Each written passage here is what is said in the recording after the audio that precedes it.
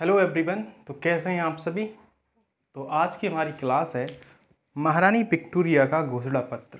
अभी कब आता है, क्या होता है, क्यों आता है, इन सब के बारे में हम चर्चा करने वाले। उम्मीद है आपने पिछली क्लासेस देख रखी हूँ जिसमें मैंने 1773 के रेगुलेटिंग एक्ट से लेकर के 1858 का भारत सरकार अधिनियम तक पढ़ा रखा है।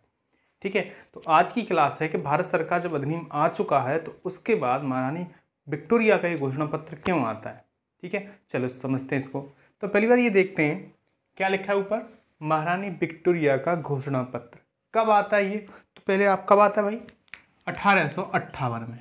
कब आता है, 1858 में भारत सरकार अधिनियम आ जाता है, उसके बाद में आता है। और क्यों आता है तो देखिए, जैसा कि आपको पता है कि 1857 में क्या होता है, क्रांति होती है भारत में, काफ़ी ज़्यादा संघर्ष होता है अंग्रेजों भारतीयों के बीच में। जब संघर्ष होता है उससे क्या होता है कि काफ़ी ज़्यादा क्रोध उत्पन्न हो चुका था भारतीयों के अंदर। जब भारतीयों के अंदर क्रोध उत्पन्न हो चुका था और ये क्या हो रहा था, अंग्रेज शासन करते चले जा रहे थे, अंग्रेज शासन करने वाले थे। तो अंग्रेजों को ये लग रहा था कि अगर हमें आगे भी शासन करना है तो कहीं ना कहीं हमें इनके अंदर जगह बनानी पड़ेगी। अगर हम अपनी जगह नहीं बना सकते तो अब आगे हमारा शासन करना मुश्किल हो सकता है।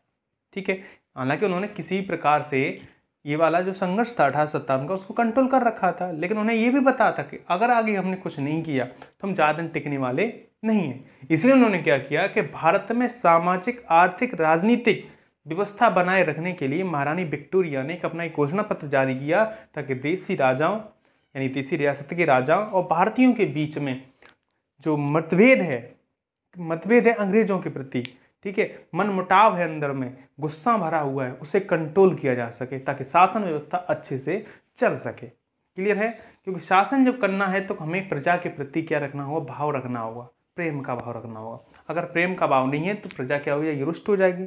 आप जिस पे शासन करने वाले उसी के मन में जगह नहीं बना पा रहे तो कहीं ना कहीं आप अपनी गलती कर रहे हो।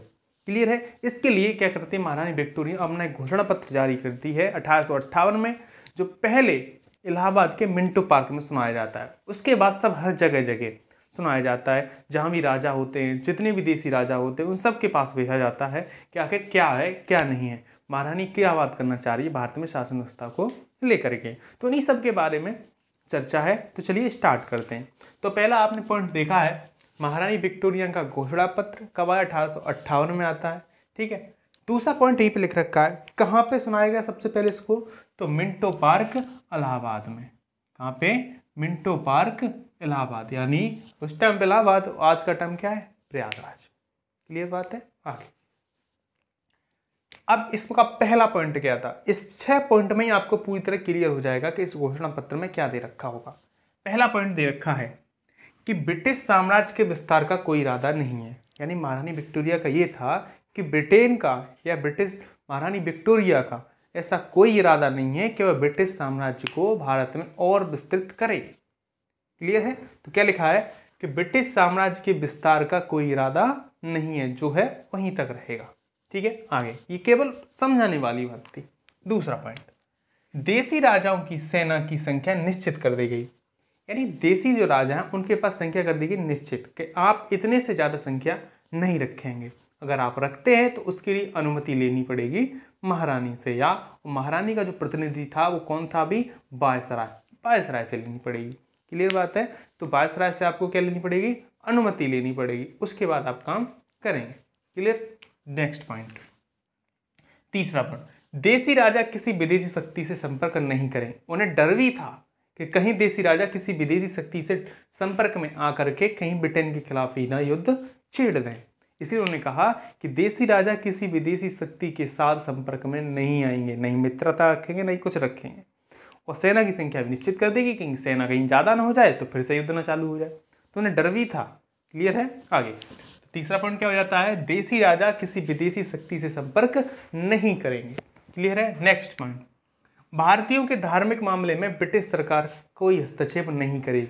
भारतीयों के जो धार्मिक मामले थे, चाहे पर्दा प्रथा हो, सती प्रथा हो, जो भी हो, उनमें कोई भी हस्तक्षेप नहीं करेगी, क्योंकि उसे साम्राज्य स्थापित करना था भारत में।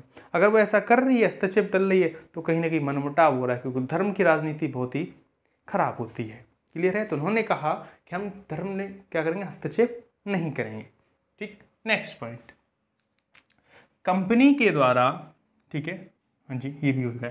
कंपनी के द्वारा संपादित संधि और समझौते का पालन किया जाए, यानी कंपनी जिस भी राजा के साथ संधि या समझौता करती है वह कंपनी अपने रूप से क्या करेगी, उसका पालन करेगी और देसी राजा भी उसका पालन करें। यानी जो भी संधि होती है देसी राजा और ब्रिटेन के खिलाफ यानी कंपनी के खिलाफ, उसका पालन किया जाए। क्लियर बात है। आगे नेक्स्ट पॉइंट, जिनके ऊपर ब्रिटिश नागरिकों की हत्या का आरोप नहीं है उन्हें दोष मुक्त कर दिया जाएगा।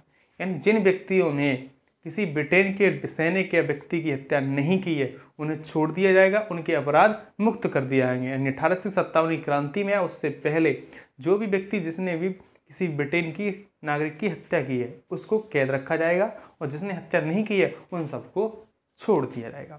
तो यही सारे 6 पॉइंट थे जिसके द्वारा महारानी विक्टोरिया का घोषणा पत्र समझा जा सकता है। उम्मीद है आपको ये समझ में आ रहा होगा कि मैंने क्या बताने की इसमें कोशिश की है। वीडियो छोटी है लेकिन इससे क्या है कि हम पॉइंट क्लियर करते चल रहे हैं कि यूपीएससी पैट में जो भी क्वेश्चन पूछे जा सकते हैं या वनडे एग्जाम में जो भी क्वेश्चन पूछे जा सकते हैं वो सारे के सारे इसमें कवर हो रहे होंगे। उम्मीद है आपको समझ में आ रहा होगा। अगर अच्छा लगता है तो लाइक कीजिए, चैनल को सब्सक्राइब कीजिए, वीडियो को शेयर कीजिए। Thank you so much.